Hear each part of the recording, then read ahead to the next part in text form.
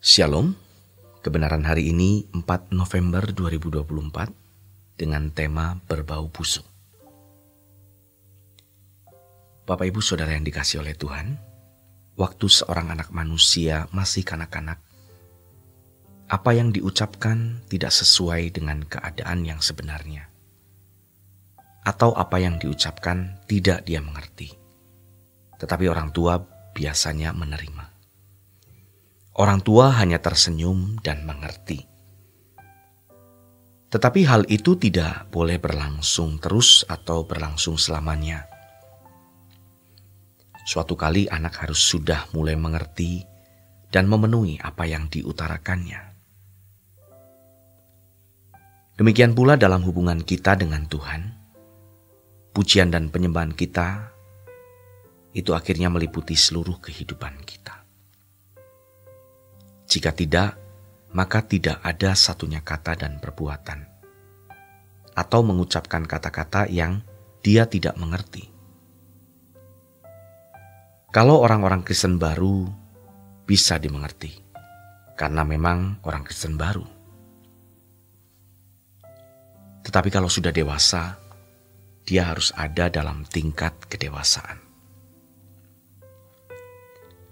Ketika di hadapan Tuhan, kita menyatakan cinta kepada Tuhan, siap kerja untuk Tuhan, rela mempersembahkan hidup bagi Tuhan. Tetapi hidup keseharian kita tidak membuktikan apa yang kita katakan. Maka kita berbau busuk di hadapan Tuhan.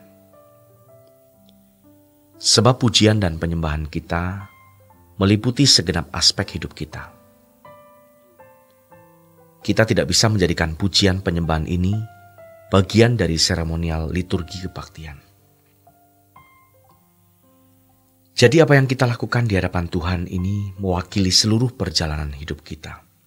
Dari menit ke menit, dari jam ke jam. Dan orang yang sungguh-sungguh mau bertuhan, sungguh-sungguh mau masuk kerajaan sorga, sungguh-sungguh mau menjadi umat pilihan, sungguh-sungguh menjadi anak-anak Allah, harus terus berusaha menyinkronkan apa yang dia nyatakan di hadapan Tuhan dengan kehidupan setiap hari. Maka kalau seseorang memiliki waktu berdoa, waktu dialog dengan Tuhan, semakin dia banyak duduk diam, jika ia berdoa dengan sikap hati yang benar, maka doa itu akan memengaruhi hidupnya. Mungkin sampai sekarang juga banyak orang tidak tahu bahwa bagi orang percaya doa adalah nafas. Walaupun mereka mengucapkan kalimat itu. Seperti orang bernafas, menarik oksigen dan membuang CO2, karbon dioksida. Maka pada waktu kita berdoa, Tuhan mulai mengajar kita untuk merajut kehidupan. Apakah yang kita kemukakan di hadapan Tuhan itu sinkron dengan kehidupan kita setiap hari? Kalau tidak, bukan hanya munafik, tetapi tidak menghormati Tuhan, mencoba menipu Tuhan. Seharusnya ini membuat kegentaran dalam hidup kita. Sebab kalau kita berkata, "Aku menyembah Engkau Tuhan," itu berarti kita memberi nilai tinggi. Apakah kehidupan kita dari menit ke menit telah memberi nilai tinggi Tuhan? Saudara yang terkasih, semakin kita hidup kudus, benar-benar tidak menyentuh dosa dan tidak memiliki kesenangan, kecuali hanya mau menyenangkan Tuhan, maka semakin hidup kita harum di hadapan Tuhan, dan semakin pujian kita indah terdengar di telinganya. Jangan mata kita menjadi buta dan pengertian kita menjadi gelap. Sembarangan mengatakan menyembah, memuji Tuhan, memuliakan Tuhan. Tapi hidup kita setiap hari tidak memberi nilai tinggi Tuhan. Itu namanya penipuan. Apakah kita pikir Tuhan itu bodoh atau tidak punya perasaan? Ingatlah, Tuhan punya perasaan. Kualitas pujian penyembahan kita bukan hanya ditentukan oleh irama musik atau indahnya syair dan vokal kita, melainkan bagaimana kehidupan kita setiap hari ditenggelamkan di hadirat Allah. Sudah saatnya kita benar-benar hidup suci, tidak melakukan, tidak menyentuh dosa sekecil apapun, sehalus apapun. Sudah saatnya kita tidak memiliki kesenangan kecuali menyenangkan Tuhan. Sudah saatnya kita tidak memiliki kerinduan selain bertemu dengan Tuhan dan selalu bersekutu dengan Allah. Bayangkan kalau seorang suami atau istri menikmati kebersamaan hanya di ranjang. Setelah itu tidak jelas kemana suami pergi, kemana istri pergi. Kualitas macam apa yang dimiliki pasangan itu?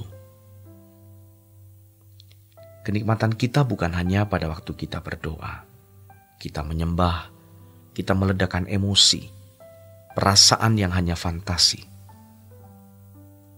Tapi seharusnya di kehidupan setiap hari kita juga sungguh-sungguh berhubungan dengan Tuhan. Marilah kita belajar untuk mencintai Tuhan secara bulat dan utuh. Seperti yang dikatakan oleh Tuhan Yesus di Markus 12 ayat 30. Kasihilah Tuhan Allahmu dengan segenap hatimu, dan dengan segenap jiwamu, dan dengan segenap akal budimu, dan dengan segenap kekuatanmu. Sampai kita menemukan cinta kita, dan kita bisa berkata, yang aku perlu hanya dirimu satu-satunya. Maka penyembahan kita menjadi harum. Kalau kita tidak sampai pada titik bercinta dengan Tuhan, maka kita tidak mungkin bisa memuja Tuhan dengan benar.